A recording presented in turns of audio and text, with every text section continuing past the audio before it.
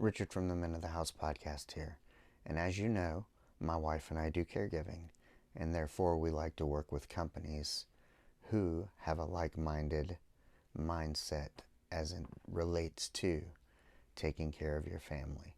So, today's episode is going to be sponsored by Life with Vin, who can help you with all your family and financial protection.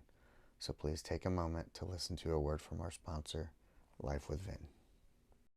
Hello, this is Ven with Life with Ven. I'm a family protection specialist dedicated to educating individuals and family about living benefits, financial protection, and building a stronger foundation for the future.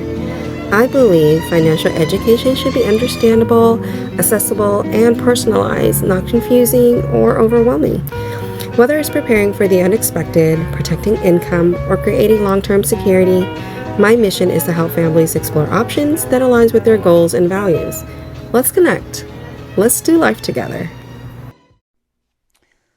What is up? Richard from the Men of the House podcast here. And for those of you who know me, you know that live music has been a staple of my life for a very long time.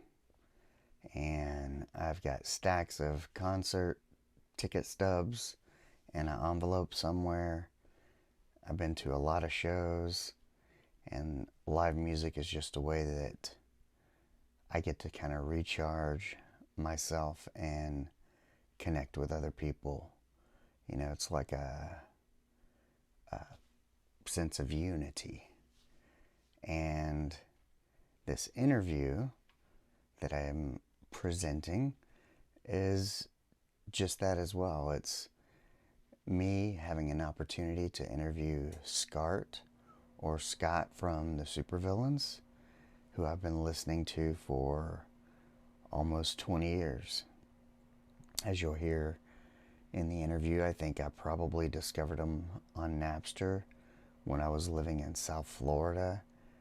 If they got started in 97, then yeah, I left Florida in 2001 maybe. So yeah, very good chance that I heard them then. Been listening to them ever since, been following them, seen them several times. I can't remember all the times and where, but I do distinctly remember seeing them at Stubbs in 2015, or maybe before then, but it was with Pepper. That I remember.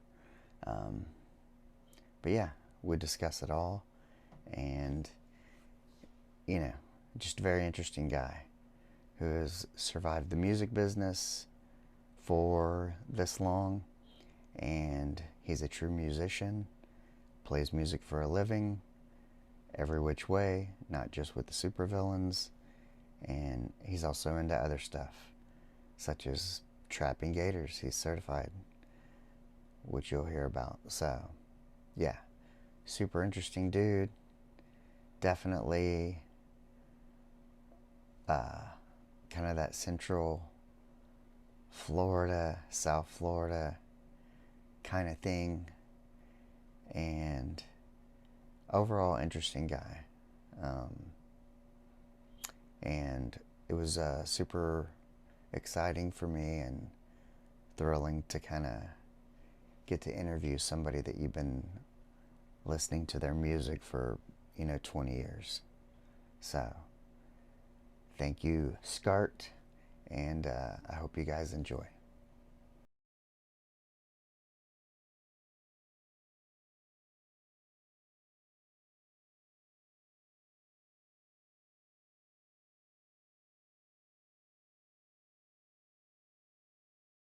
Hey everyone, welcome to another episode of the Men of the House podcast. And on today's episode, we have Scart or Scott from the Supervillains. And I'm super stoked because I have been listening to you guys for I don't know how long, but I just saw you guys last weekend. And the last time I'd seen you was at Stubbs, which, I don't even remember what that was, but we left there in 2015. So I know it's been at least that many years. And I'm like trying to think of when I actually ran across you guys for the first time, but you guys have been around for a hot minute. When did you guys form? 97. Holy shit. Yeah. Yeah. Okay. I'm tracking now. I was in the Florida area around then, and I'm trying to think if so it wouldn't have been impossible, and it would be plausible that I actually found you guys on Napster.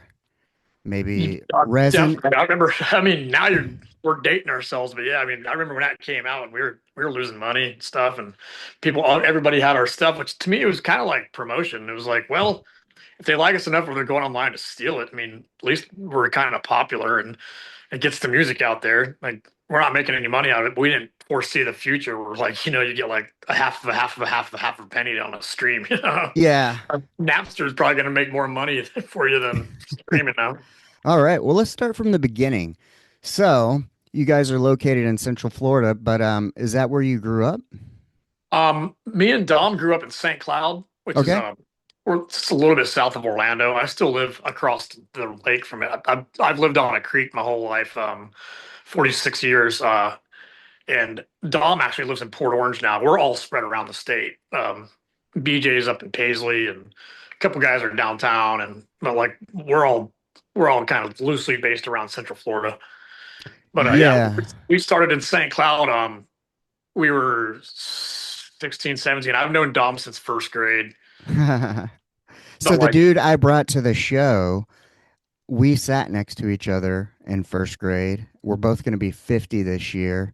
And yeah, so we've been friends for that long, it's and wild, ain't we've it? played together. And he actually met me at the show. He hadn't been out in a while, and he's like, dude, I'll meet you there. So that's pretty cool. Yeah, man. That is cool. So yeah, you said you've known him since the first grade. And so when did you pick up guitar, get introduced into that? Because I know like with Andrew and myself, my best friend, we were like doubles partners. We were in junior high band together. And then naturally at some point in time, like he had played drums, but he's proficient like at bass, guitar, all of it. And we would actually, play around together back in the day. And but how did you guys get into it? How did music start off for you? I started playing in '86. I was 6 years old. Um, Wow. yeah, so by the time I was in, see, I knew Dom from elementary school. I went to a different middle school. Mm-hmm. So I was in middle school. I was in jazz band. I played the bass. I played the guitar. Oh. So by the time I was in like high school, I was like kind of like hot shit, Mr. 14-year-old guitar player and crap. And he'd been playing drums in middle school, and we were in band program, and like every time we go on break, me and him would just like start diddling around and stuff. And we ended up like we should be in a band. Yeah, yeah, yeah. And just kind of like started from there. And we started writing our own stuff, and we actually caught fire real early. And by the time we just got out of high school, we were like selling out House of Blues and Hard Rock, and it was pretty cool because nobody even like the older guys and the veterans had never done that, Yeah. and we were just young and hungry, and that we've carried that for the rest of our years because in Florida we're like a legacy act. It was like Yeah. our people's fans kids listen to us and their kids. It's crazy. So, as you guys are you said you were in jazz band, and what were you guys? We're not far from the same age. So what Right. were you guys listening to kind of growing up? Like, for me, it was like typical 90s. Like I can remember, having Master of Puppets on cassette. My first show in 93 was Metallica opening for Guns N' Roses with Faith No More as the opener. And so what were you guys listening to? Well, Because how did you land on the Supervillain sound? Well, we started out like just playing like what everybody plays. Like we were playing like Corn and Rage Against the Machine and crap like that. And then we got Operation Ivy record, and we heard, and we were like, this is the truth. Like these guys are awesome. Like we should sound like this. Hmm. And then Dead Kennedys like right after that, and then like you know we took that and we kind of ran with it. And I remember the first time we were laying down a studio track, we heard we were at a record store and recording, and our bass player at the time, rest his soul, got a Mad Caddy's quality softcore record. So Hmm. we were coming back from the studio, and we're listening to Mad Caddy's first record. We're like, this is it. This is like the groove that we need to be into.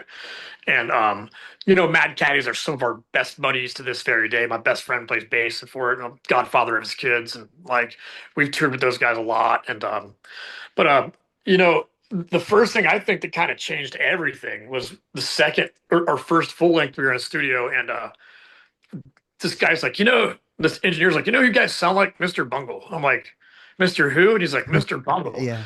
He put a Bungle CD in. I'm like, what is this? I knew it was over. It My was, buddy Andrew is the one who introduced me to Mr. Bungle yeah, man. because And like, I wasn't like hard into Faith No More. They had the song, but it was Mr. Bungle that actually was more addictive to me than that because too I was kind of into, I my parents were kind of hippie-ish, and yeah, so so is mine. they didn't have any rules like, oh, you can't, 9 years old, I'm watching Cheech and Chong and whatnot. Same here, yeah. And so I was already tracking Voodoo Glow Skulls, Dead Kennedys, all that Yeah. stuff in the early 90s. And that sound, because I'm kind of like, man, I'm trying to think of the first time I really like heard that kind of sound, the ska music. Um, but so whenever you heard Mr. Bungle, so that was kind of like that, the Mad Caddies, you guys are like, did you have horns and stuff at the time, or were you just guys We doing had like a too many horns. Actually, like the whole band was horns, man. Because we were in like I said, we were in band programs. So we're like, well, we got a guitar player, we got a drummer, we got a bass player. And like everybody, all of the horns people were like, we play horns. We're like, that's dumb. We never heard that. Then like we heard like a real big fish out. I'm like, oh, I guess you can get away with this. And Yeah. then the bungle stuff was like, you can really get away with this. Like you can like cuss and like make your own like rock operas and do stuff like that. And I'm like, this is fun. We just started going from there, like with our influences, especially definitely Voodoo Glow Skulls. Yeah. What were you playing at the time? You said you had all of it. Did you start off playing guitar like in the band as the guitarist, or have you rotated your way through instruments, or I how was did that always work? I was always the guitarist. We needed a singer, and like we tried out a few dudes, and it just wasn't right. And I remember just saying one day, I'm like, look, man, I mean, I'll sing it. Like, Yeah. and so that just it kind of went from there. Man, I'm like, I listened to like some of our baby recordings, and I was like Dickie Beardy and the whole like. Yeah. Dom's like, don't sound like that. Doesn't sound like you. He's like, sing like you. And I'm like, all right. And that's now come like when you hear a lot of me singing, you can just basically hear my voice because I try to be myself. Yeah, I can't remember, kind of going back in the way music has progressed is, like I said, hearing you guys from Napster and before I ever saw you guys, it's like never knowing uh who was singing until I was actually able to visually go, "Oh shit, the drummer's singing too." Um and then going back and picking them out. But one of my favorite bands, I want to ask if you've ever heard of them. 97's Warped Tour, Pompano Beach. We rolled up to this stage because it was the only place there was shade, and that's what determined what band we were going to listen to. But out a band from Sacramento came called Filibuster, Oh yeah. dude, and they They were on fucking, Skunk Records. yes, dude, they fucking blew me away. And then I was living in Boca at that time, and I can remember driving up to Orlando to see them and getting to hang with them, smoke them out. And this was back in the day. And, it's funny because I was thinking of the song Crippy Weed, and Yeah. living in South Florida, it was like, okay, are you getting Reggie's? Are you getting the Kryptonic Pleasures? I can remember it being called Crippy down there. Crippy was the word. It was actually a strain. And if you come correct and like this is Uh Crippy, huh. I told you at that time. But that's what people always said. It's creepy. That's creepy weed, man. It creeps Yeah. up on you. Creepy weed. Yeah. We went up and we almost fucking missed Filibuster because we were at the bar across the street waiting for him to go on. And I can't even remember what happened, but my buddy stepped outside. I would have thought like they were the openers, but I mean the headliners, but they were actually opening, I think. And we went over there and it was the fucking best time. And then yeah, I took a jar of Crippy weed in there. And I was like, "You guys want to smoke?" And they're like, "Well, I don't know if that's enough to get us all high." And I'm like, "It is. Trust me." Yeah, man. Dude, and it went around. It was. I went back Funny home shit. with some, and I slept the whole way. My roommate at the time, he didn't smoke. And so he drove us back from Orlando to Boca. We made it like it was a damn day trip for us, but I was in my young 20s, so that was kind of par for the course was I think I was working at Chili's or actually a steak and seafood house at that time and just playing guitar with friends from the kitchen at night, that kind of stuff and going to Warp Tour, seeing shit like that. But yeah, man, filibuster, the first time I ever saw like a horn player playing plus singing, I was just fucking blown away, man. That's crazy. I saw Sublime in '95 at the Groove Tube in Ooh. Melbourne, and there might have been 100 people there. Might have been, and they're like playing outside of Groove Tube, which is like a clothing shop. It's on the beach. It's like a Mm-hmm. record shop. Get stickers there for your surfboards and stuff. Anyway, I saw Sublime and I was like, man, this is really cool. I didn't really completely get it at the time. This is before even like the Mr. Bungle and stuff happened. Mm-hmm. But like that is really kind of think our first exposure to that. And then later on that I actually talked to Brad at the merch table and like for like 3 or 4 minutes and said you guys are really good and I've never heard anything like that. It's cool. He's like thanks, and then a few months later he died and the Long Beach Dub All Stars kind of carried on the flag for a little bit. Mm-hmm. And when I went and saw them for the first time, they had Filibuster opening for them. So Oh. so it was really cool. That was at the House of Blues. But yeah, man, that was a really good time. Those guys were, they're still going. I just hung out with Long Beach, about a month or two ago. I took them on an airboat shooting some gators. Oh wow. Cool. Yeah. So you said you guys you came out of high school actually crushing it. Were did you guys go on tour? What was kind of the path in the early days? Because music has changed since starting in the 90s to the 2000s and to where we are now. I mean, I think it's just a natural progression. We started like we got really big at home real quick, and then we Mm-hmm. just kind of like and it looks good in your e-pack and all that stuff. So we branched out, started like just booking our own shows outside of town, like everybody does. Like after we were trying to get out, we hooked up with the Toasters in like 2002 or 2003, Mm-hmm. and Bucket really showed us what's up and how to tour and how to be smart with it and like how to manage yourselves and all that stuff, and it's pretty cool. But before that, we were just like touring with like local bands like the Spit Valves and the Skiff Tank, and Mm-hmm. those guys are actually reuniting at our hurricane party in Sanford in a couple weeks. Oh wow. For the So first, I think Spit Valves have played like 11 or 12 years, and same thing with Skiff Tank. oh man. So like all the Orlando people are freaking out about it, and like, yeah, it's gonna be like a '90s show. Dude, I was stationed in Orlando. That's where I went to boot camp. Oh, Stationed there for a while. I think I saw Soundgarden there, Green Day oh, at the sweet. at the Edge.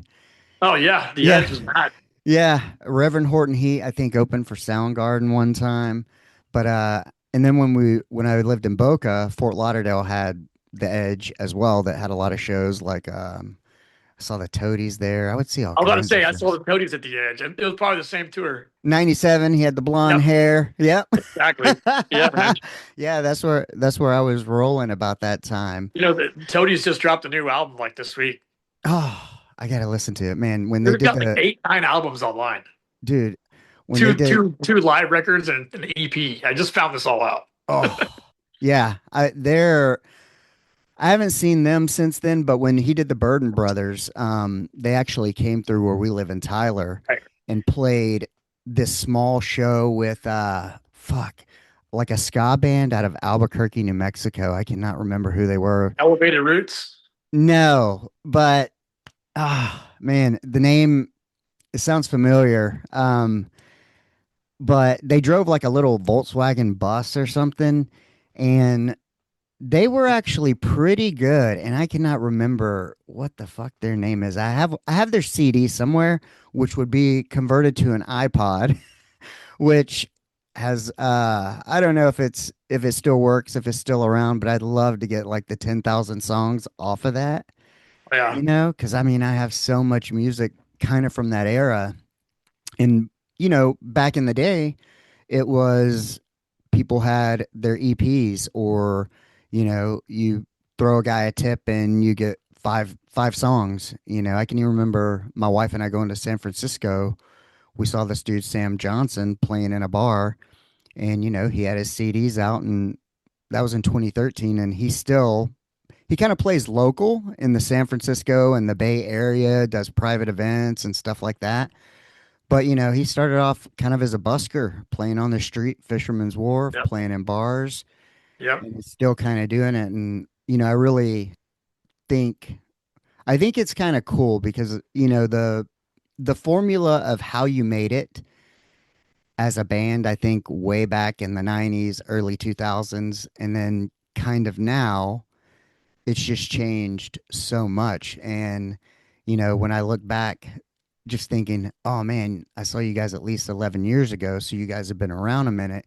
You guys have kind of gotten to go through all the different phases of music. And sure. and I love seeing that you guys are still fucking doing it. That's kind of the thing. You're not having to compromise in a way. You have your local thing, but then you're still out there on the road doing it. Yeah, I mean, we go out right now. Gas is so expensive. You can't Dude, tour. I dude, mean, I'm telling you, even as an Uber guy, I saw it was like 419 was the cheapest somewhere. I'm like, that's fucking crazy. yeah, I mean, right now, from the difference between the last 2 months, if you were doing your gas budget 2 years ago, that's your hard budget. Now, I mean, like for 4.59 a gallon, I mean, if you add up your gas budget going around a national tour, all the extra money you're spending on gas could have been spent on. I did the math the other day. A merch guy, a sound tech, and a stage tech. So just for the money that you're burning in gas, you could have those three additional people riding with you. So it's like we're bare bones in it. Yeah. When you guys, so I know you guys have y'all had the camper when y'all were at Stubbs, the little ride around or Right. whatever. Are you We guys have still like six. We sell like six RVs. okay? That's what I was kind of curious. Now, did you guys start off in one? Did you start off in a van? We When were in vans, cars, then vans, and then stepped. We finally got when we started going like doing nationals. We had to get an RV because it was just we were out for so long. We needed a house. Yeah, because it's I know like from talking to Kyle Smith, he's like, what is it? You get done with the show, it might be by the time you load up and everything, maybe you crash on someone's floor, 2 or 3 in the morning till like 8 in the morning, and then We you're we up and weren't you got into a six, that, seven and hour drive. we were never into that. Like that was fun. Like at the very beginning, we're like, yeah, we'll sleep on your floor. Like this is not a workable business model. Yeah, So we're like, why don't we just eat it and get one of those RV things, clear everything out of it, make bunks in it, and then we can all just like go back and like when we first like our first RV experience, like after we like bought, we rented some a few times, but then like when we bought our own and we could actually do what we wanted to do with it, that was like a game changer because then like okay, we can go back and sleep in my own bunk and it's my funk in the bunk. yeah, It's somebody's crusty ass house floor, you yeah, know. dude. That's like the Navy, like when on submarines when they fucking hot rack, like you're swapping out your 6 or 8 hour shift with somebody else, you know. Um, so I guess for you guys, it was decided early on, like, boom, y'all are making this a business and y'all are going to invest in it. And Honestly, if we didn't sell out like the House of Blues early and like get that taste of like rock stardom and how it hmm is to actually like do that, like playing for like 1,500 people, and they're all like there for you, I don't think we'd be here. But like we just loved it. And we were just like, if we do this everywhere, it'd be awesome. A good example of progression is in like 2000 or 2001, I do believe, was the first time we met Pepper, and they were a hmm Napster band, and we played with them out in Melbourne. And the second time they came around, they were in a Volcom's RV. And we're like, man, that's really cool. Man, because us, we were like, that's as good as it gets. And like, then the next time they came around, they were at the House of Blues in like '05 or '06, and they were in a tour bus.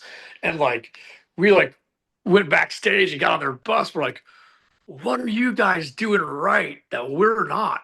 And they're like, I remember Kaleo and somebody came in the RV. He's like, Kaleo, your guitar's ready. You guys got to go on stage in 5 minutes. I'm like, you guys better get on stage. You guys got to go on stage. Who's that? He's like, that was my guitar tech. I'm like, what's a guitar tech? He's like, Skirt, when you guys get roadies, you're going to freaking lose it.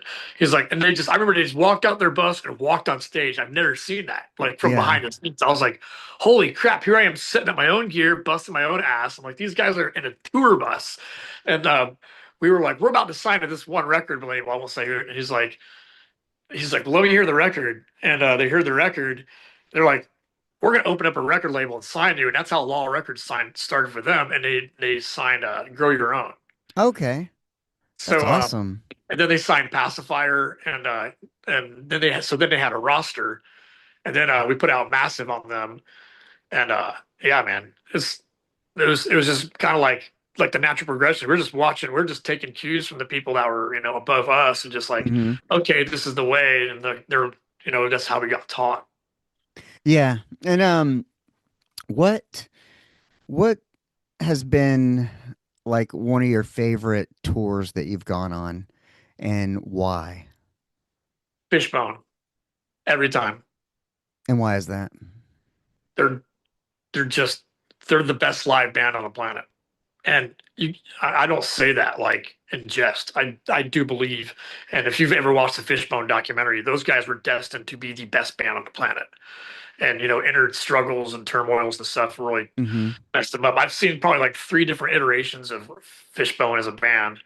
I just saw them again on my birthday the other day, and they're they're still flawless. Angelo Moore to me is like he's like James Brown and Michael Jackson if you could just put them up together and then some. Like they're just they're we always said about Angelo, like that guy right there, man. Like the world is his canvas.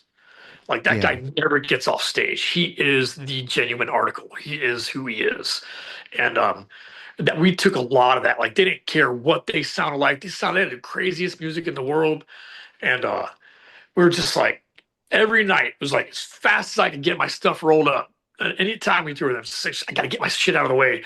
Because and Angelo, as soon as I get done, I turn around, Angelo would be behind me like, hey, hey. And he grabbed Hmm. the microphone and he just started going into the Dr. Mad vibe stuff. Like, there I was, disgusting piece of monkey doo doo and all this stuff. Like, goes on this rant. If you're talking about it for 15 minutes, you're sitting there like, what in the fuck is this guy talking about? And at the very end of it, he kind of wrap it all up and it would all make sense. And I'm like, that's amazing. And I figured out every night it was something different. It's on Oh, the top wow. of his head.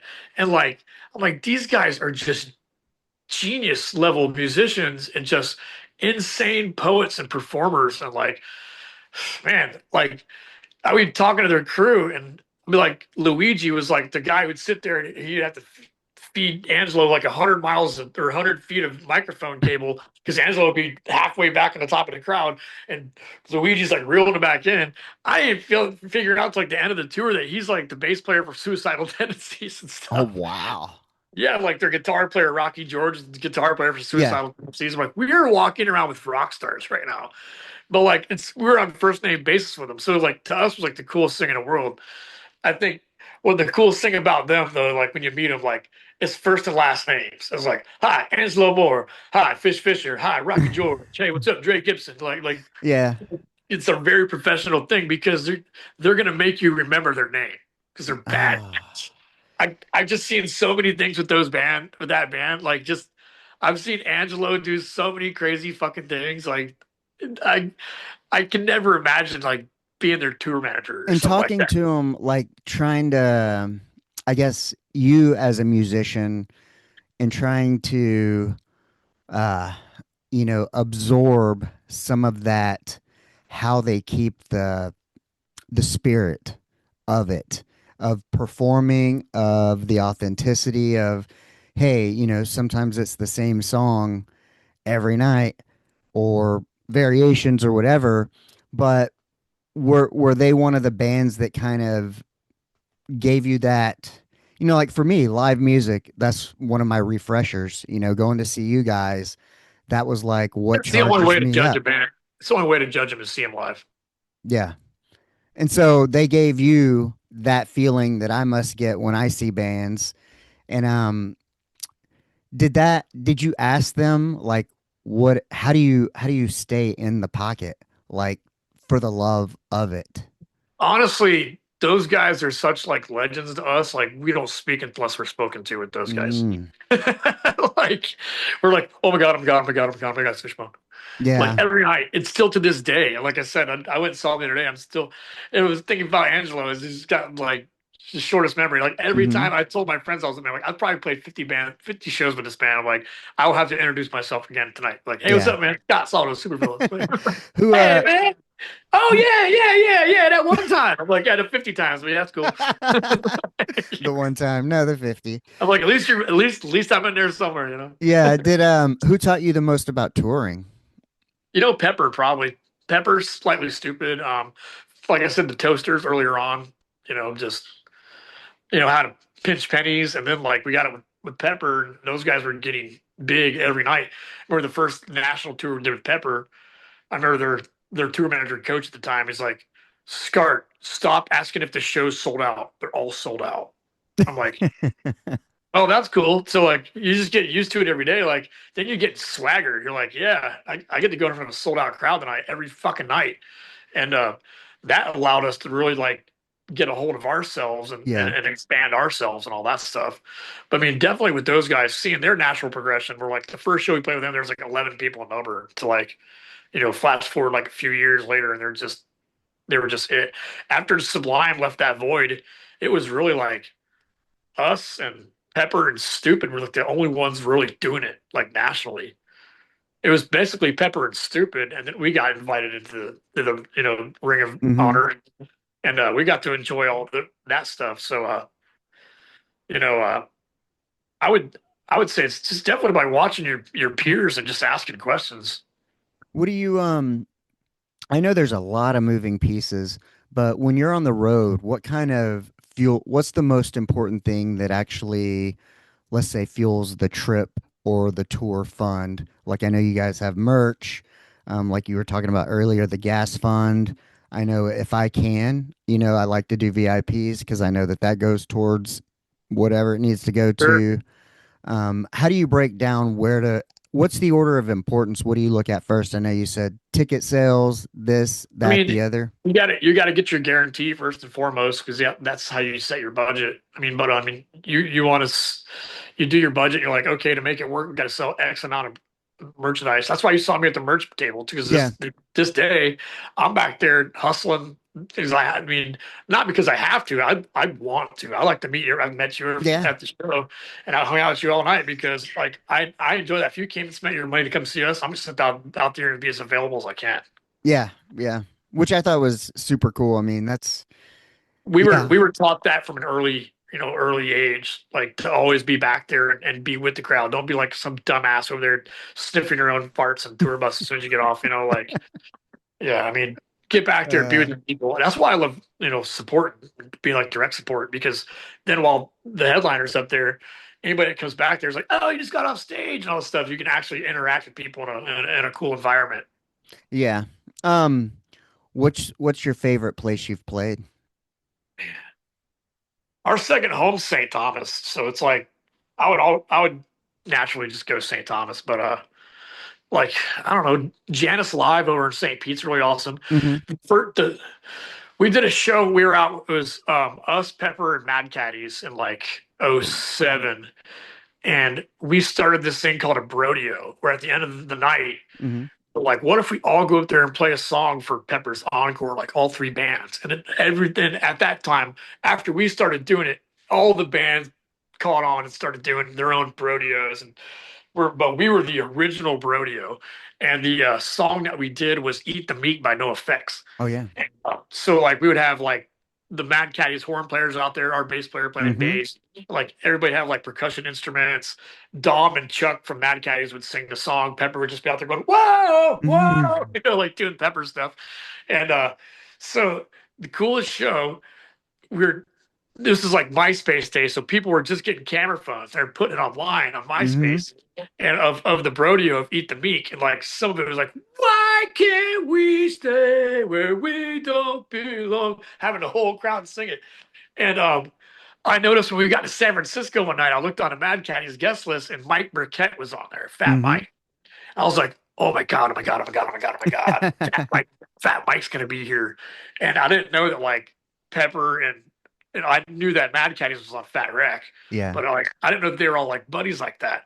So like I walk backstage halfway through the show, and there's Fat Mike hanging out with everybody. So I just like fly on the wall, kind of just like, wow, this is so cool. Fat Mike's there, and someone I asked him a question. I was like, man, did you get mad at us for playing your song for like the last 30 nights or something? I was like, like we were playing it the whole tour, all this stuff. He's like, mad. He's like, I'm touched that you guys would play our song like that. He's like, and doing it every night. He's like, that's great for us. I'm like, man, Fat Mike's a real dude.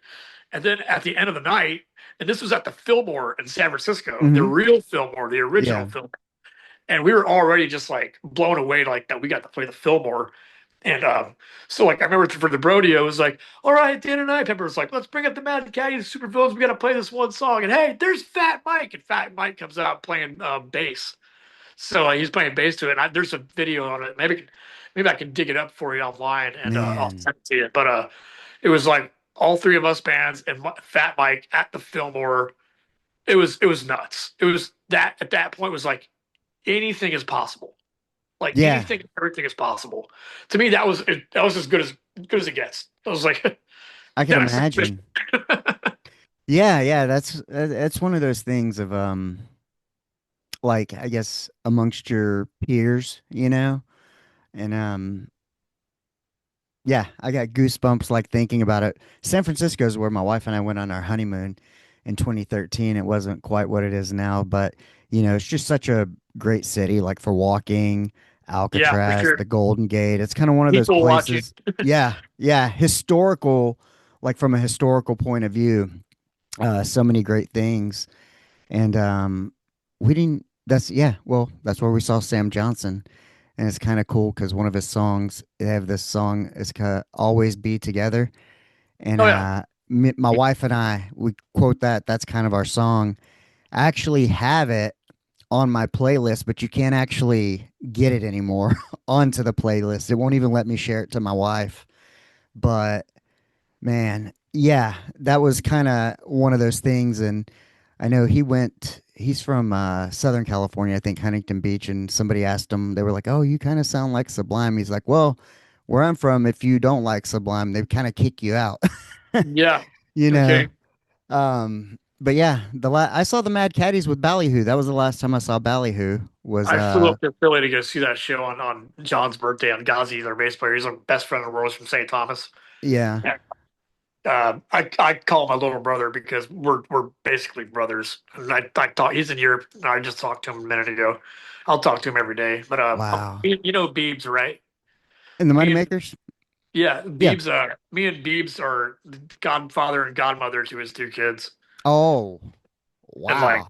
yeah, so she like runs a lot of Warp Tour and stuff. Okay. Well, I didn't Beebs know is that. awesome. I love you, Beebs. Yeah, see, I'm getting kind of like I started I have this playlist and it's got everything from Beebs and the Moneymakers, Article Sound System, Yeah, Vanillaya, all those in that same circle. But yeah, I love, living in South Florida in Boca back in the 90s, we used to have the surf club and they had reggae night every Wednesday. right. And I can remember that and in that Sublime time kind of a thing, kind of when that sound started, and to kind of see how it's just so many, it's blown up, you know, and I actually get surprised when people haven't heard of like kind of this genre of music in a way. But to me, I find it to be like the ultimate love genre in terms of the fans, the people, the bands, community. Much different than, I guess Swifties are probably a collective of some sort. I had to educate a guy last night. He's playing pedal steel on my solo record, and he's like 74, 75. I went to go recruit this guy for the record last night. Uh-huh. So I played him some of the stuff on my solo record. It's a country record. It's like old bluegrass Okay. stuff. And which I grew up playing. That's how I started playing. But anyway, I was like showing him like, listen, like here's a bluegrass. I'm like, and here's my band. So like I let him listen to the Drones album. And he was like, this is all over the place. I'm like, well, it's a concept record, and this is like part two of the concept. Yeah. Like, I'm working on part three right now, but I was like, so I played him that, and then I like played him like the more reggae stuff, and I was like, like, kind of like sounds like Sublimey, kind of like punk rockish and stuff.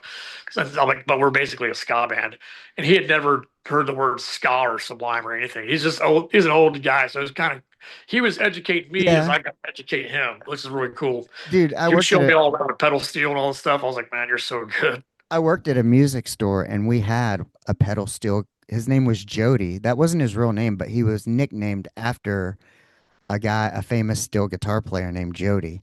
And he Oh, was in his 70s. This was in 2001. So I'm sure he's gone by now, but he was like, I guess, at the top of the line in Nashville as terms of steel pedal players and whatnot yeah, at one time. And, at that time, it was interesting to kind of pick his brain. And, this is 99, 2000, 2001, seeing the way kind of country music worked versus the way rock and roll worked. And like if you're a country artist, you move to Nashville, you get a day job, you practice at the Opry and hope somebody brings you on tour or right. whatever as a hired gun. And, you know, I didn't even at the time kind of know that there was like the concept of hired guns in a way in studio musicians. I thought people just Well, kind of formed. look around and seeing right now. It's all you got. Yeah, I thought people just formed bands and stuff, and that's kind of what it was. But now it's like as it's progressed, it's been, It's like an arms race, dude. yeah. And then It's getting to that point. somebody said, what was it? Chris Stapleton? He wasn't even like a musician. He was just a songwriter who wrote songs for Right. people at one point You in ever heard time. Stapleton play the national anthem at the Super Bowl? Uh-uh. That's the all-time best anthem I've ever heard. Oh, The way wow. he played it with his guitar, because I've tried to play chords behind it. It's just a really difficult song to orchestrate. And man, the way that he did it, I was like, oh wow, he actually went there and did it. And he didn't just do it; he sent it to college, man. It was Mm. so good. So what, you said you were doing some country. You started off playing folk or bluegrass and, I started playing Hank Williams and Johnny Cash and Merle Haggard because I'm from Kissimmee, it was a cow town. So mm-hmm. where I was taking lessons at, it was basically like, okay, go pull a book off the wall. Let's play the songs in it. So it's like the books were like I said, like Hank Williams, Johnny Cash, Merle Mm-hmm. Haggard, all that stuff. So like that's how I got my chops. That because I'm from Kissimmee. Yeah. That's pretty much the going thing around here. Well, And even down south, it's kind of like people don't realize, like Hollywood, Florida. I never yeah, was into blues until when I lived in Boca. I took a music class, and what the music teacher was the drummer for a Busters blues band, and Joel Da Silva. Oh man, Hepcat Boo Daddies used to play at the Poorhouse all the time in Fort Lauderdale, right. and Felix and the Cats, and I was like seeing these blues guys and then kind of traveling more towards the Everglades and going to blues festivals. I was like, I mean, I saw Winter, Edgar Winter, BB King, Johnny Sure. Lang, and I was like, that was kind of my first taste of blues. And when I'd heard of Jimi Hendrix, but one of the chefs I worked with introduced me to Stevie Ray Vaughan. Yep. And that's kind of where I was That's the like, gold standard right there. yeah, and I was like, even though I grew up listening to like ZZ Top, Foghat, and stuff, because my parents were kind of hippie-ish, And here, and yeah. then went into junior high was I was listening to Cypress Hill, stuff like that, probably the Toadies, all that, but I never really like blues. You have to be able to play no fucking effect pedals. Nope. It's all about you and the soul. Yep. And I would And say, that's exactly where I took my stuff. Like I said, it's jazz band. Like I was playing blues solos because at that point I've hmm been taking lessons for like freaking 8 or 9 years. So I like just progressed up from country music to rock music, and I was just like, listen, like Pearl Jam, like they're all very blues oriented. hmm And like the whole time, as a guitar player, you listen to guitar players. I got into Stevie Ray, so right. like I learned every single note of like Little Wing and all this stuff. And my dad would take me around to blues bars and be like, have to like escort me because I'm 15 years old Yeah. stuff, like the junkyard and watching these guys. I'm like, man, that's what I got to do. But like, I grew up around that. If you saw me play the other day, like, I I always look at musicians and I look at how they play. And if you're like some dude playing reggae and you've got 15 effects pedals and you're just cowering behind it because you don't actually have the chops to fucking play your instrument, I just look at those guys like stick my nose up. I'm like, I have a tuner pedal and a distortion pedal Yeah. because what you hear is what you get. I'm sure I could go out and make effects and make it all sound better, but it's not. I'm analog. It's not in my DNA. I didn't grow up with effects pedals. I didn't grow up doing that. I was made to learn how to play the guitar. So Yeah. I was so thankful for that period in my life and people. I wish kids now like had that same kind of discipline. Yeah. Oh man, dude, I'm telling you, this guy I used to play with, he was our sous chef. He was from Hawaii. His brother took Eddie Vedder like windsurfing because they're from the islands. And but he could play man, I don't know. It's a I forget what it's in, like a open E tuning or something, and it's an Oh Allman yeah, Brothers song. He he was just yeah, this Hawaiian dude didn't it just played for fun, but he was incredible. And that's what I kind of noticed was, what I took away because my roommate at the time, he was in a band and they played what do you call it, shoegazing type music. And like Depeche Mode. his favorite band was U2, and I fucking did not Exactly. like U2. And Depeche I was Mode. like, I was like, the only U2 song when I left my girlfriend and moved back to Texas, It's a Beautiful Day was came on as I was coming across Pensacola. I was like, okay, I'll take that for U2. But outside of that, no fucking U2 for me. I was That's funny into you bring up you too. There's a sound guy in town, and like I was talking away, and he's like, man, I had to fucking run sound for you two the other night. You know how fucked up that is? I'm like, tell me about it. He goes out to the stadium. He goes, the Edge. Like I don't know his real name. He's like, but I have to call it the Edge. yeah. He's like he had a 64 track whatever. He's playing through 64 tracks of digital delay. He's like, Wow. just for his digital delay, he has 64 tracks. He's like, this fucking asshole. Like, Yeah, dude, because I never realized too, and we saw Cashed Out at Granada, and they had a sound guy. Um, I was with my friend they bring Alex, who their I was own with, stuff.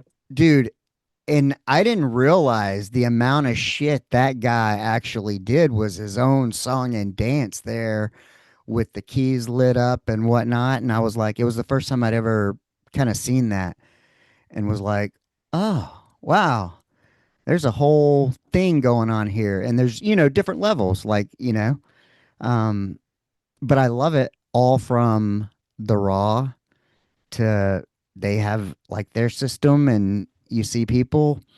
But yeah, I know doesn't Howie do all the shit for Ballyhoo, like the lights and He stuff does like the that? lights and stuff. Yeah. Yeah, yeah. So, I saw the elevators, they had a big light show. Of course it was a bigger venue.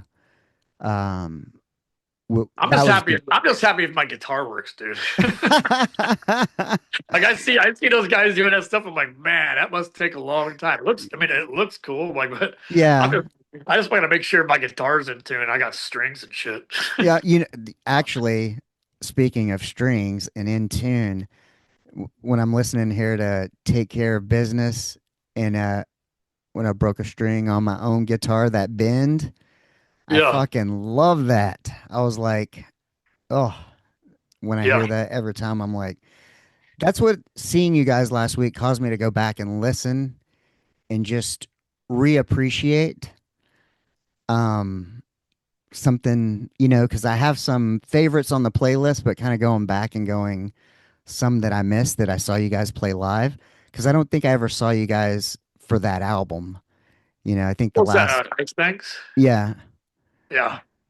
So I think the last album, the last time I saw you guys was probably Massive. Oh, yeah. We get that a lot.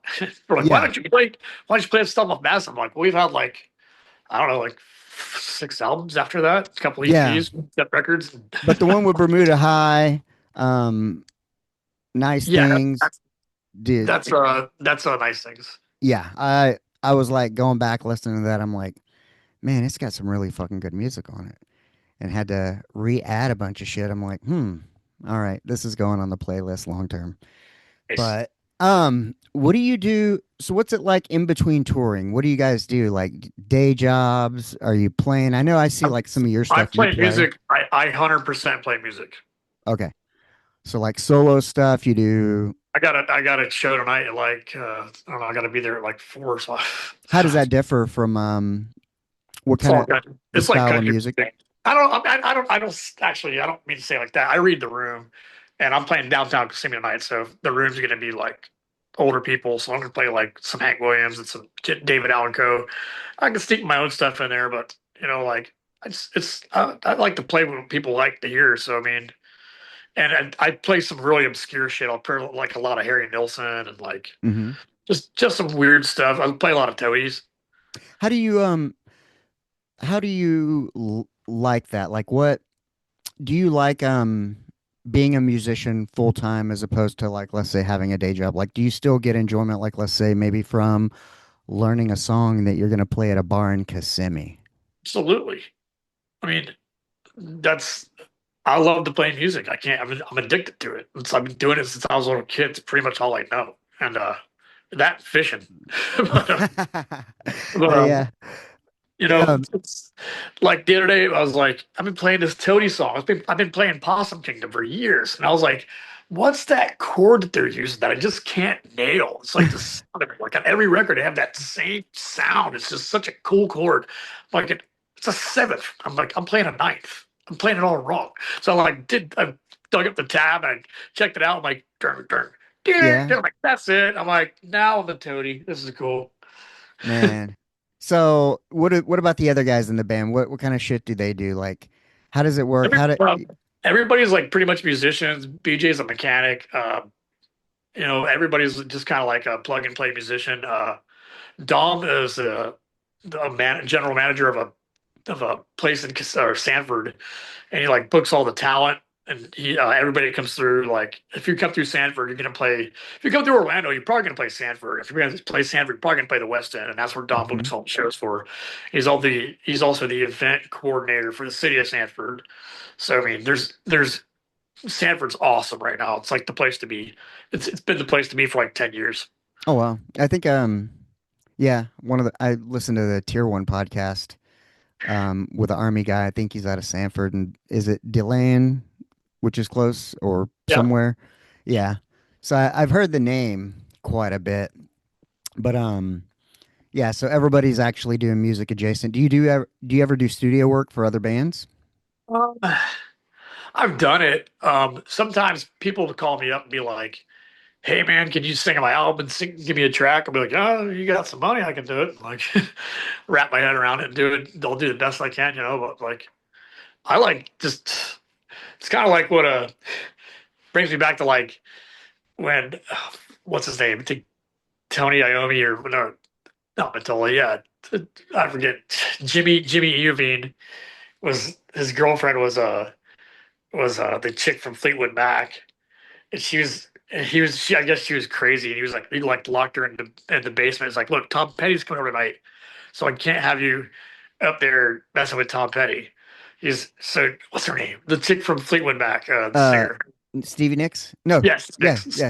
So this is a funny story. So like, anyway, she like crawled her way out like one of the windows, and then when Jimmy went on break, she went in and Tom Petty's telling the story. He's like, she's like, hey, you need to write me a song. We need to do a song. He's like, it'll be a hit. He's like, I need to write me a song, and that's kind of how it is. It's like I would love to get on your stuff, like, but that's just like time away from what I need to be working on over here. Yeah. Although you do have I'm, some I'm, people, I'm actually writing. I'm on 3 different albums right now. Writing 3 different kinds of albums. yeah, but a lot of people, you do see that kind of I've run across like RJ Ronquillo online. Um, maybe I don't know if Rhett Schultz is a studio musician. But I remember watching like Netflix had a documentary or something called Hired Guns that was pretty interesting, like about hired guitarists and people who go on tour, et Right. cetera, et cetera. But the reggae community seems more like swapping. Like I know Mike Visser, who sang for Frank Jordan, played for Filibuster, played bass for him when they went to Europe because they're Right. all from the Carmichael, Sacramento area. Um, or you see people I know, what was it, Ballyhoo's merch guy drove for Kyle Smith whenever Ballyhoo was taking a break, and I was like, Yeah. yeah. So a lot of swapping out, interchanging versus maybe the hired gun thing. John But Godfrey was our merch guy during hmm that Pepper Mad Caddies tour. He's the actual the guy that got the video of us all playing with Fat Mike.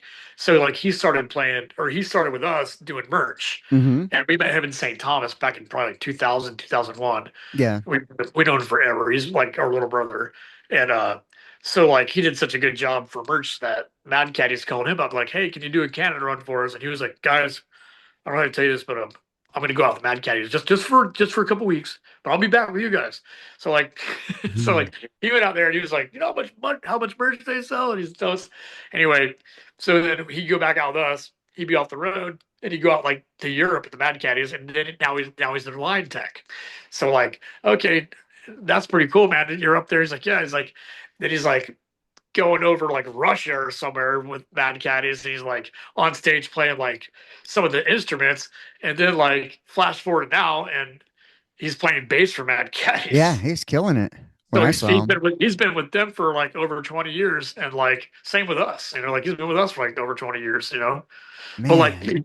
I have a laundry list of guys that because Full Sail is just up in Orlando. Yeah. So anytime we need a roadie or something, we go to Full Sail and we'd be like, "Hey man, you want to work for free?" And they're like, "Hell yeah, we need experience. I got to put this degree to use." So like, we actually had educated fools that like went on as soon as they got off with us, would go on like bigger things. Emo, our old sound guy and tour manager, is like the monitor guy for Green Day and like Shania Twain and Oh stuff. wow. And Matt Harmon, who was our sound guy, tour manager, he's out with he's now the stage manager for no less or less than Jake. hmm He's like the kid who like gets the Evo kid. Like so every like gone they go on to bigger and better things. And we stay in the background and just watch it all go. Man, it would be nice. or would it? I mean, it depends. I think they everything comes with its own set of challenges. I mean, I guess in a way too, that's what I was going to ask you about was I remember as a fan looking at your page probably years ago and seeing like your wife or something on a horse Yeah. doing some crazy stuff Yeah. and I was like, "Oh, okay." And then I'd asked you and you said she had something else, but I'm like, you kind of both have this artistic, endeavor, performance endeavor. We're both in showbiz. Yeah. And but the thing is you kind of get to stay, if you had to tour in Europe and stuff, what's the longest you've been away from your wife? Oh man. Back when we were like in like 2006, 2007, like in the massive days, Uh-huh. like we were our management kept us on the road for like we'd be doing an 8 week full national, have like a week off with Pepper. We have a week Uh-huh. off about 8 weeks for Slightly Stupid. And like it got to a point where we were doing like 250, 300 shows a year. Wow. And, you know, luckily my wife worked at Arabian Nights, which is kind of like medieval times, but hmm just horse based. Yeah. And, that kept her busy, or she's doing 3 shows a day, busy enough for like it was just a phone call. But like, I always said, like, the best part about our marriage is like the part of it obviously being together, but our time apart. Yeah. Because right when she's about sick of my ass, I got to go on the road for like 6 weeks, and we come home. It's like, oh, I miss you so much. Yeah, yeah, that is, you know, and that's kind of the thing is, in a way, it you doesn't know, it doesn't work like that with everybody. I'm fortunate. I'm blessed. yeah, and for having done it a long time, how long have you been here with your wife? 23 years there Yeah. today. So me and my wife, 20 years in April. And Nice. so April what? April 1. We call it We're April we're 1. we're 420, April 20th. Oh, ours was we just know it as we went to a cook-off at Montgomery County Fair and we actually just went to it around our 20th anniversary. It was a couple of weekends ago in the fucking rain. It was miserable. It was muddy and I was like, "Don't go. We shouldn't go." And we went, kind of people pleasing and it was a horrible, cold, wet, miserable experience. We just got my shoes clean like 3 weeks Yeah, later. nice. But, it is one of those things. If you look back at 20 years and you go, I look at you kind of both as a band, as an individual musician, and then also in your partnership to another person who's kind of in a performative show business type of thing. It takes a lot of work. I mean, and especially like we have kids. So, do you have any children? No, because she couldn't have done what she was doing, and I would never go on tour Right. and leave kids at home. That's just not fair So for that was a me. It's not choice. fair for her. Like so every 5 years or so, we'd be like, "You want kids?" Or it's like, Yeah. "No." And then every 5 years, it'd be like, "Hell no." It's like, after the third time, it's like, "Why don't we just get fixed?" Yeah. Well, it's and that's kind of the thing is like we have a 23-year-old one who's about to be 22 and give birth, which Wow, in the you're next gonna be a week. granddad. Yeah. And That's I'm taking, let's see, fucking Sunday, Saturday, we leave out. I'm taking the 12-year-old. We're going to New York and DC for a school trip. And I'm the chaperone for a group of four girls. And so, um, my life has been more stay at home, kind of doing that. But, I'm trying to bring her into the podcast fold because I'm also like studying to be a death doula. And, cool. I want to, That's admirable, man. yeah, I want to incorporate people's legacy and their storytelling into the doula services because we did it for a 97-year-old veteran, but until he passed or transitioned. But it's kind of one of those things of, I know my great grandparents, like I've seen pictures and shit, but I don't know what they were about, who they were, how we got here. And, podcasting is this form, it's a way to timestamp history and go, okay, um, you know, I want to bring my daughter into the fold. She goes to an art school. So I grew up in this small, probably the Kissimmee of East Texas, St. Cloud of East Texas, very small, rural place, more churches and banks than anything. Yep. And I didn't take my first art class till I was in ninth grade. And my daughter, fast forward all these years later, my daughter auditioned to go to an art school. It only goes to eighth grade. She's in sixth. But she's done everything I never fucking did as it relates to arts. And even when I got laid off, I had job opportunities elsewhere I didn't take because I was like, I'm not taking her from that. But once we get to high school, it's like, I want her to, I think, she does Canva, graphic design, all that kind of stuff. So there's no way between whether it's death dueling, podcasting, I would like to take her on a trip and see all 50 states, meet people, see history, see music, and all that kind of stuff, and learn that way what the world is about as opposed to sitting in a classroom for fucking 4 years.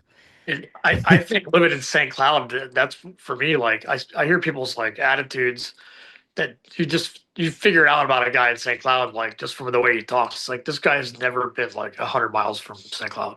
Right. And like I think about it, when I come back, like we've played all 48 continental states. Yeah.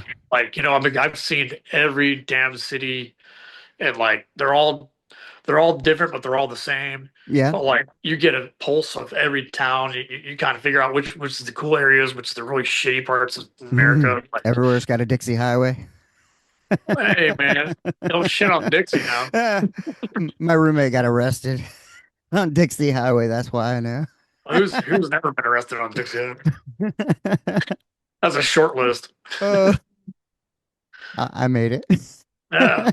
Luckily, by the skin of my teeth.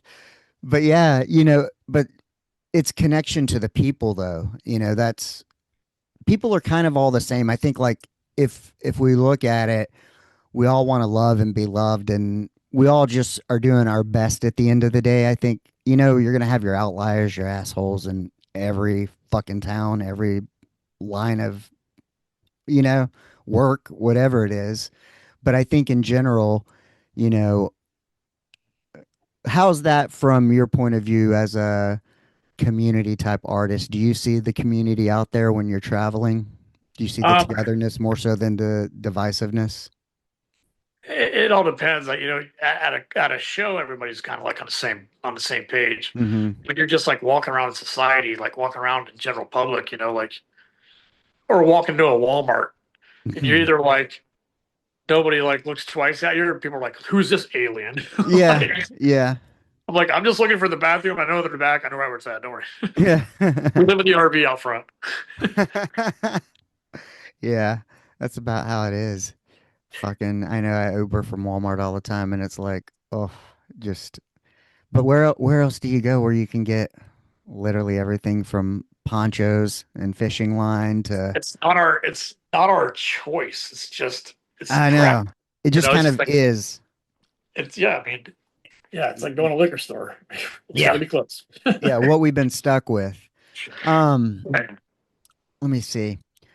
What's one question I haven't asked that I should have? Uh-huh. I don't know. I couldn't answer that one for you. Okay. What about what what would you like to leave the world with? I call like the Men of the House podcast, I say, it's all about perspective. Show people you're not alone.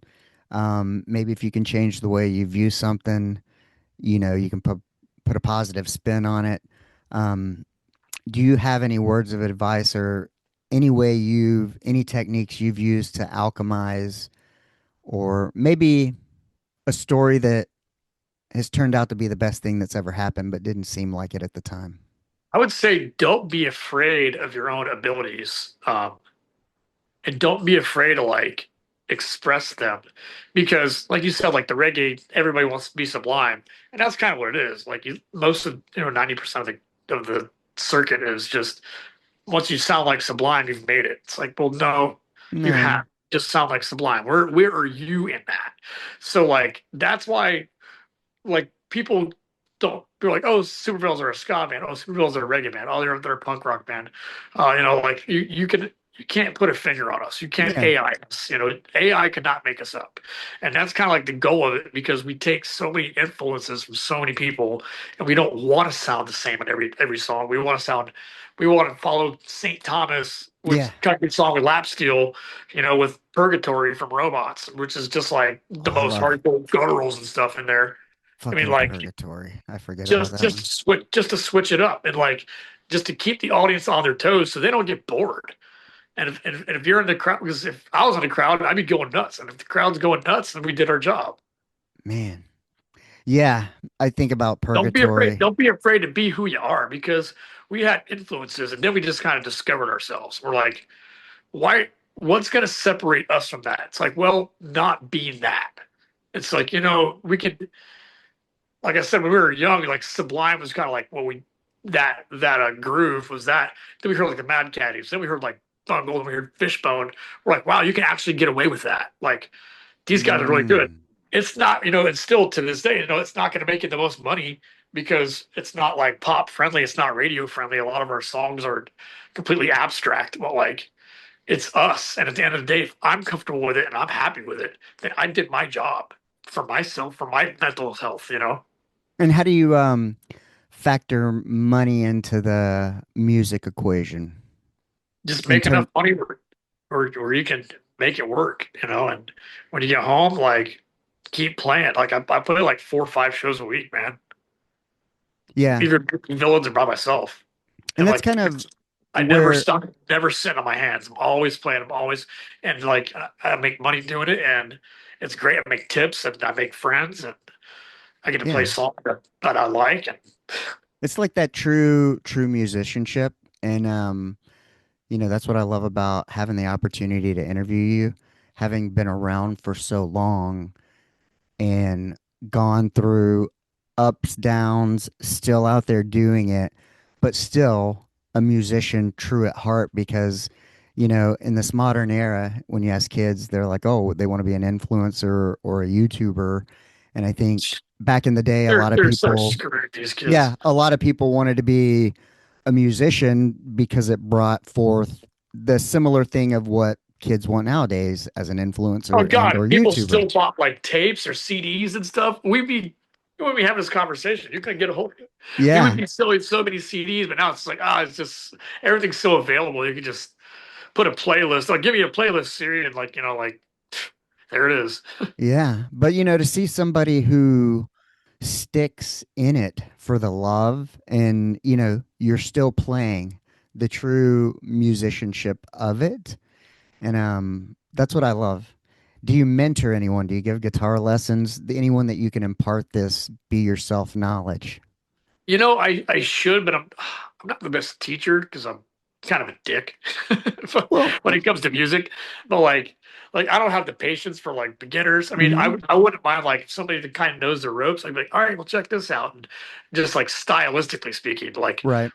play country music like this, play reggae music like this, play punk rock like this. Like it, it's play. This is how you do upstrokes on ska, like Yeah. and do it the right way, and like go listen to these bands and listen to the way this guy plays this instrument. Like it's more guidance than like, talking notes and tablature and all that stuff. Yeah, well, that's what I said. I mean, though, guidance is Going back to you some have experience in life guidance. That's what I'm talking about. Well, going back to what you were just talking about kids, like I've always told people, like I don't have kids, I have songs, and those kids Mm, are like birthed out of my. That's what I have to leave the world with. I mean, wow. they don't, they don't have my last name on it, but it's like something that you can never take away. That it's all me, my DNA, and you can all, even when I'm dead and gone, you can still hear me. You can still listen to my guitar playing. You can still do that stuff.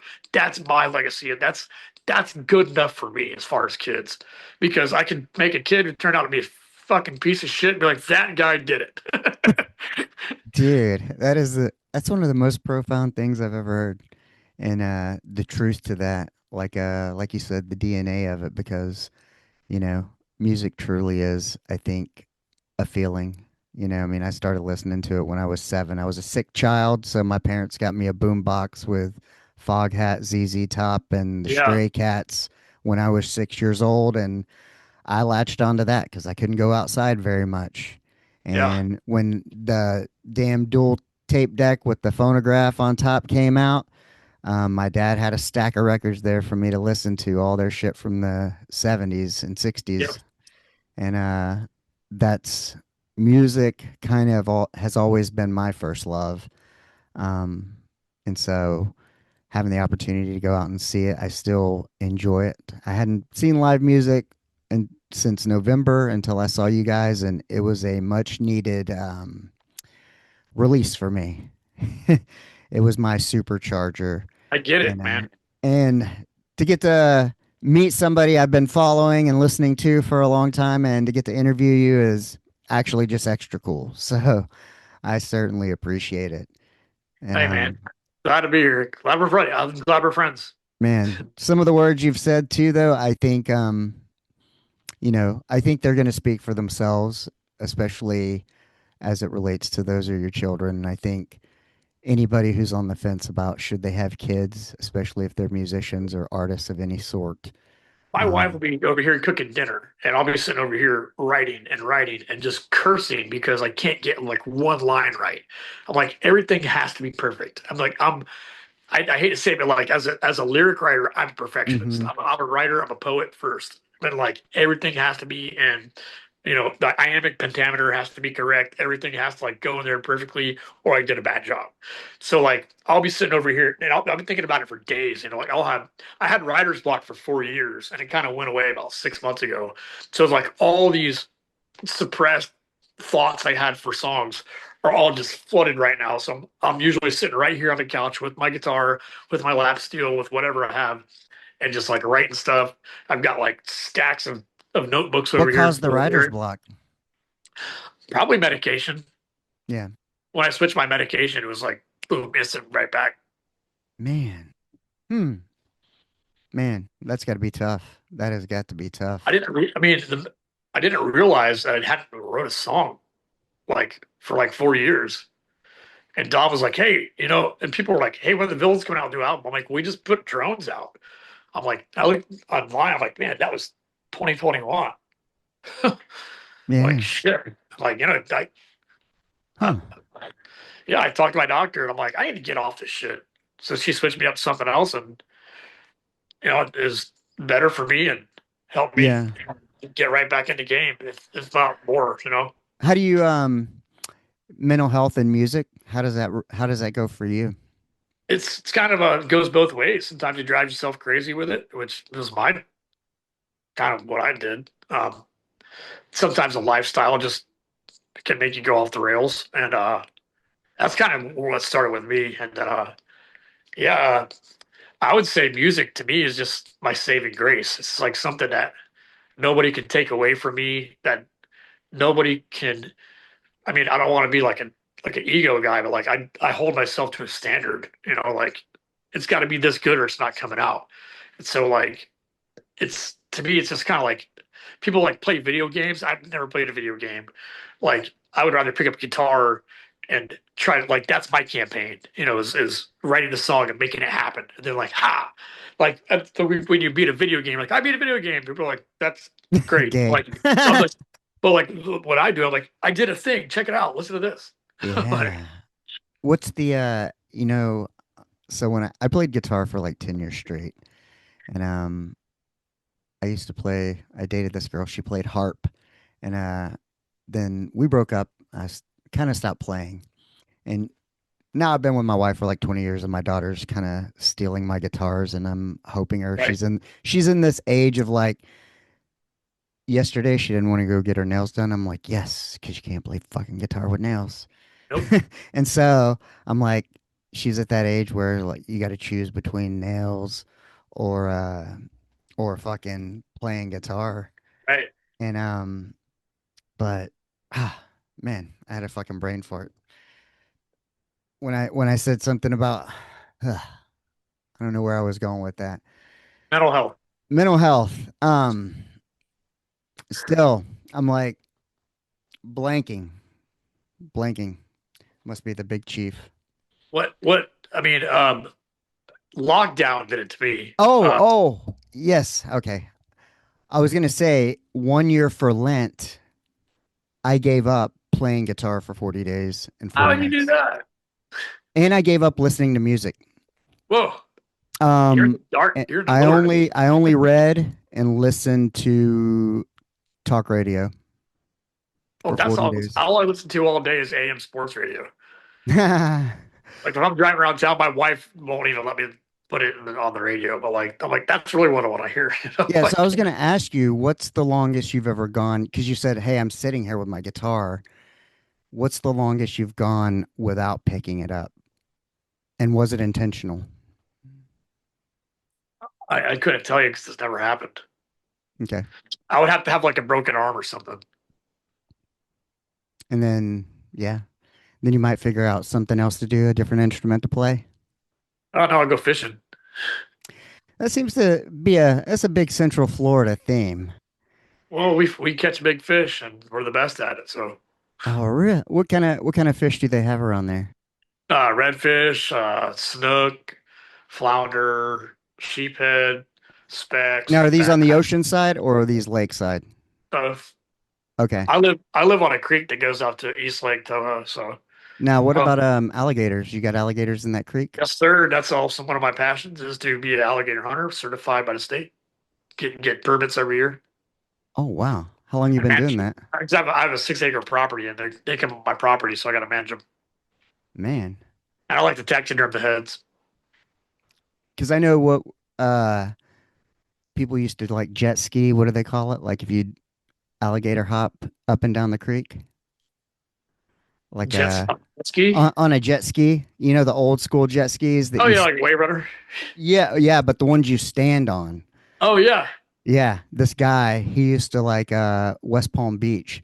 We had creeks that fed out into the ocean, and I guess they would call it alligator hopping, like I guess running up the creek trying not to fall over, get eaten by an alligator and shit. that sounds like right. Yeah. Yeah, I'm like, yeah, no thanks for me. But that was kind of the one thing about South Florida that was quite a bit different than here in Texas. We don't have the alligators that are everywhere. Yeah. We do have all the same poisonous snakes, I believe. And then I think you Well, guys it's fun probably you say poisonous stuff. Me and BJ were on a hike because we're also hikers, and we got stung by a Lone Star tick. and they're invasive. And now we have alpha gal syndrome, me and BJ both, and we're allergic to all mammalian products. So anything a mammal makes or made out of mammal, we can't eat. So no red meat, no pork, no dairy, no butter, no pills that have mammal compounds in them, or like you go anaphylaxis. I just heard, I was listening to a podcast yesterday where he was talking about, I actually heard that People are term. starting to figure it out now. I mean, we've had it for 3 years. I had to educate my doctor on what it was because I was told about it from the park ranger. How did you figure it out? How did it come about? I went from like 175 pounds down to like 139. I couldn't eat anything. I couldn't figure out what was doing it. Like, I was just like on my same diet, and, throwing up every day, and I ended up going to my doctor, and she she thought it was Lyme disease. I go, it's not Lyme. I didn't get bit by a deer tick. I got bit by a Lone Star. And I was like, I had like 36 of them. We like walked right through a big nest.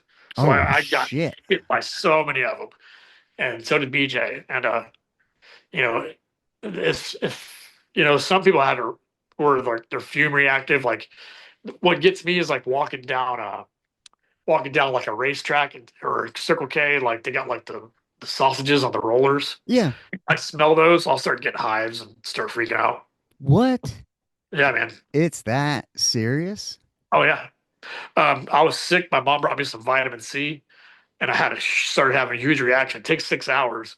I'm trying like, what did I eat today? I'm like, what did I put in my body today? I still went back to it. And I'm like, I took some vitamin C. I looked at the vitamin C. It's like ingredients: vitamin C, stearic acid, which comes from steers. So like, you have to read the labels on everything you eat when you got alpha gal, AGS. It's Holy fuck. it's fucked, dude. It's no bueno.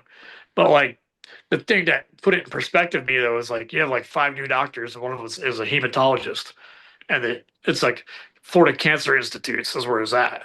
So like I'm sitting there waiting for like blood work, and I was looking around and like there's like a whole community of like cancer patients, and they're all like bald headed and like super happy that they have another day on Right. this earth, and there's a whole community of them, and they're all like super stoked. I'm like just happy, stoked on life. And I'm sitting over there like, and what's my fucking problem? I can't eat a fucking cheeseburger.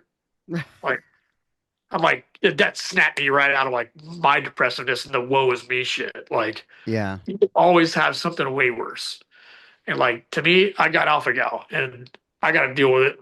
It's really hard to deal with on the road, but we I'm do. sure. We manage. Yeah. Especially when every club's like, here's your burgers, here's your pizza. I'm like, I can't eat that. Man. I But haven't had a burger or pizza in 3 years. I can imagine what it must have been like though,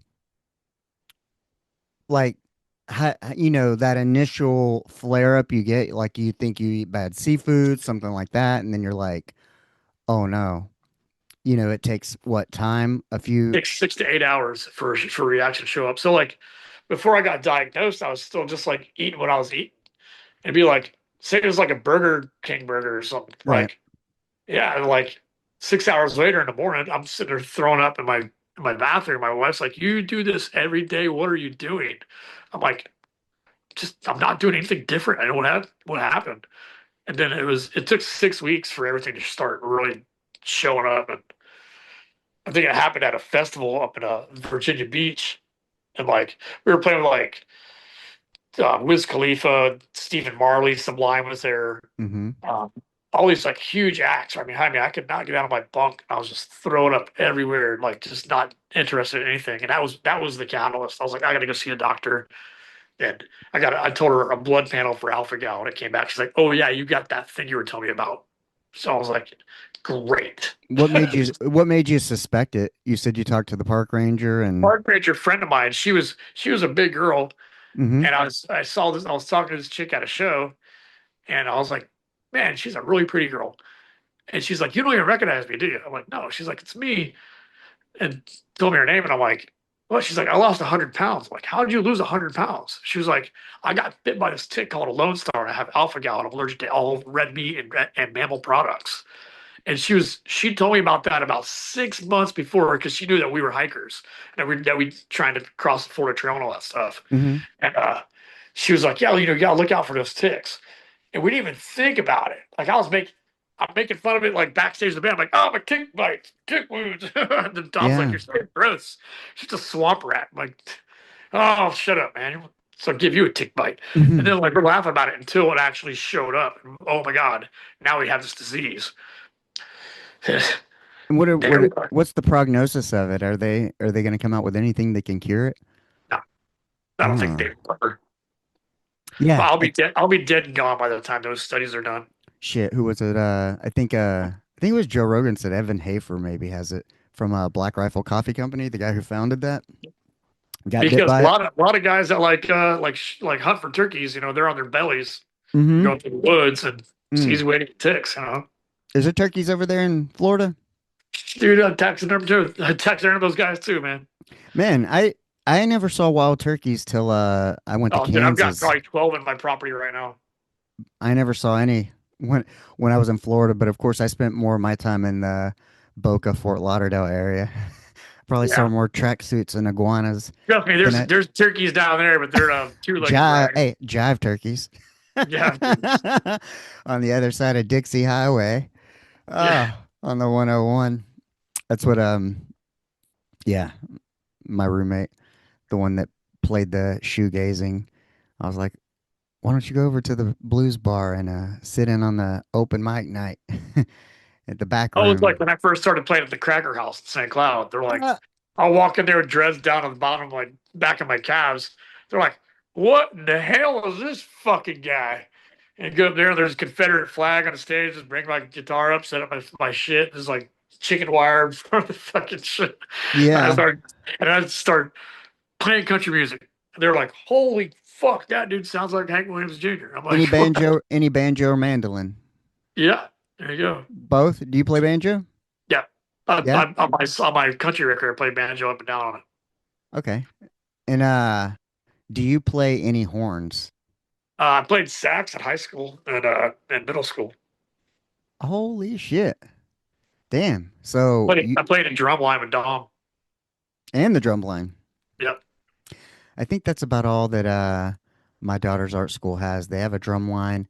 I don't know that they do woodwinds and all that. Um, but actually, I worked for a music store that we did the whole 9 yards from guitars. The guy who I worked with that played the lap steel, we actually did where we would go and sell and rent instruments to people taking sax and all that, in school. And then at the summertime, we would go pick up. We had contracts with certain schools to go pick up all their woodwinds and brass instruments, clean them, service Yep. them, and then some of them were ours.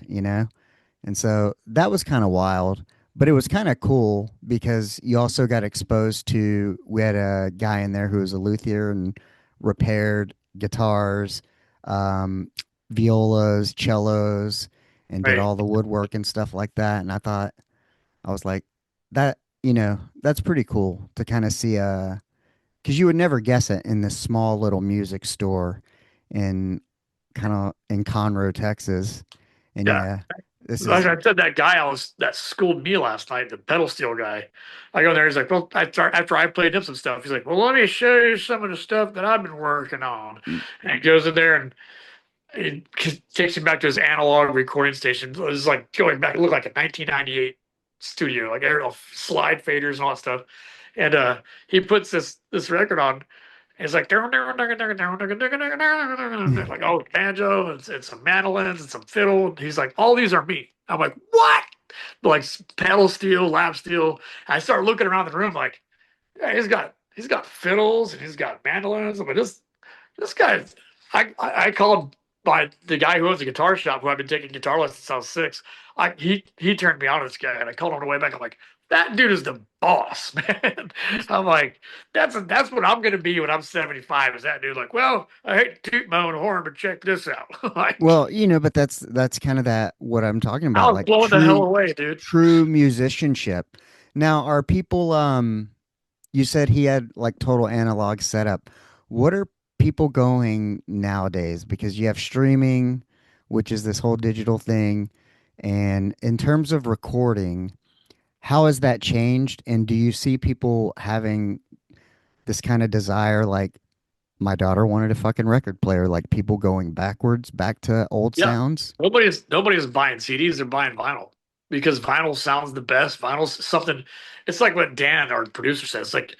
It's like having a CD. It's like, man, I miss CDs, so I have lyric sheets and stuff so I can read what the hell this guy's mumbling and like trying to like read that. It's like now you have vinyl. It's just something you can hold in your hand. It makes you feel good. Yeah. It's cool. Like rather than streaming, you're like the kids growing up now, they don't No, it used to be back here's in the just that day. song, you know, like Yeah.